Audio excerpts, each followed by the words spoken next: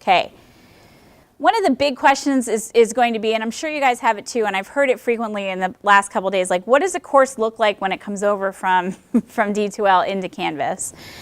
So we do have some suggestions about how to clean up migrated content.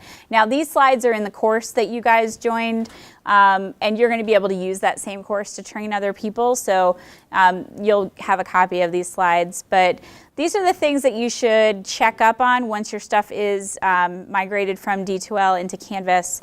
One of the things we talked about yesterday, and we didn't really talk about it today, is it's a good time to have a conversation with faculty about, it's like moving to a new house, and you should probably look at the content you have and say, do I need to keep this? Should I trash it? Is it time to move on? Especially if you have a ton of files in there that you've just kind of been copying over from year to year. Those courses could be pretty big when you're getting ready to migrate them.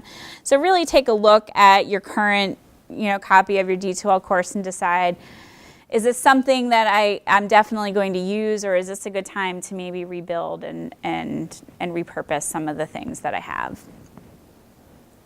There is a validate links section when you do bring it into Canvas. That's really going to be helpful. It's when you click on settings, and after you've done an import, I'll show you where the button is. It's over here on the right-hand side. This is always a good idea to do when you copy content in from another place, just to hit that validate links and content, and it'll start that link validation for you, and it'll tell you what are the unresponsive links that it might come across, so that you can check them out and see, all right, why is this broken? Is this linking back to an old space in my D2L course? What do I need to check and fix?